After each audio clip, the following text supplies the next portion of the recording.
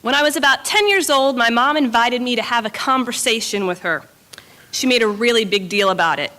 She said we'd meet after my siblings had gone to bed, so I got to stay up late, and we were going to discuss a book.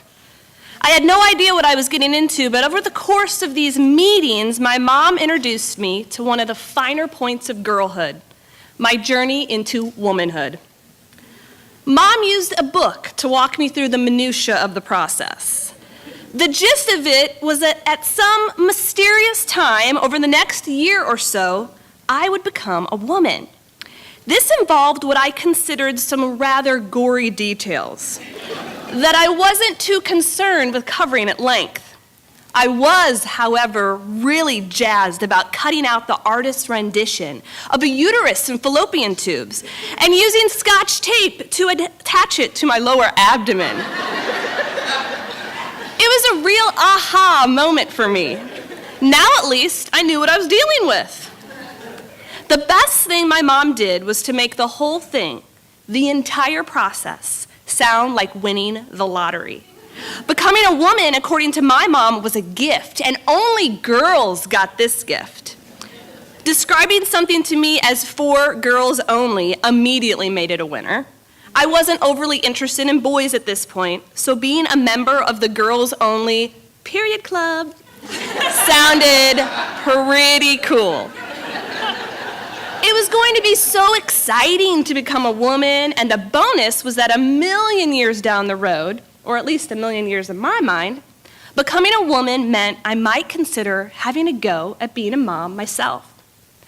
Again, I wasn't overly excited about the mom part quite yet, but becoming a woman, sign me up.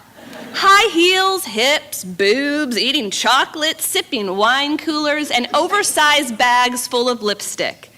Yes, ma'am, I was born for that. I spent the next 6 months as a girl on the cusp of womanhood who knew too much. Mom had said I might have a little tummy ache as my period was approaching, so the slightest twinge of abdominal pain sent me racing to the restroom. I memorized the stretches from the back of the book that I was instructed to engage in when the elusive cramps came. I doubled up on my underwear just in case something horrific might happen. The summer before I turned 12, my mom and my 2 siblings and I headed on a road trip up north to visit my grandparents. I recall insisting that I had to sit at the back of the van. My stomach hurt and I wanted to lie down. My earlier enthusiasm for becoming a woman was waning. It was taking way too long and I was over it. About 2 hours into the trip, I woke up from a sound sleep with a rip-roaring lower back pain. And surprise, a period.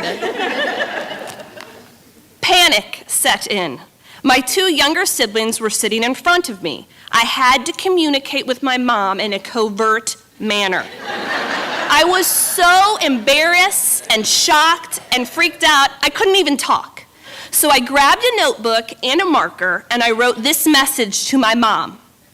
I started my period. I held the note up for my mom and was on the verge of tears as she tried to decipher the message. You see, I hadn't taken into account the fact that she'd be reading the note backwards because she was driving a car. So it took a good couple minutes for her to read the pain on my face and interpret my message. When the light bulb finally came on, she swerved into the closest McDonald's and began to work her magic. A jacket was tied around my waist, a change of clothes was retrieved from my suitcase, and female products seemingly appeared out of thin air. My mom had been ready, even if I wasn't. She escorted me inside, helped me get changed, and gave me a pad. At that point, I lost it. This wasn't exactly what I had been imagining. I didn't want to be a woman. I liked being a girl. This was too much work. It was kind of gross. My back hurt. My clothes were ruined. I was embarrassed, confused, and decidedly underwhelmed with this womanhood business. I remember my mom smiling a lot, probably trying not to laugh. She hugged me, she listened to me moan and wail about the woman business. She took me to the car and got me settled in with Tylenol and a really big Coke. My oblivious siblings squawked and argued and wanted a Coke too, but Mom and I just looked at each other with knowing in our eyes. I had just crossed a threshold, and my mom had been the one to carry me through.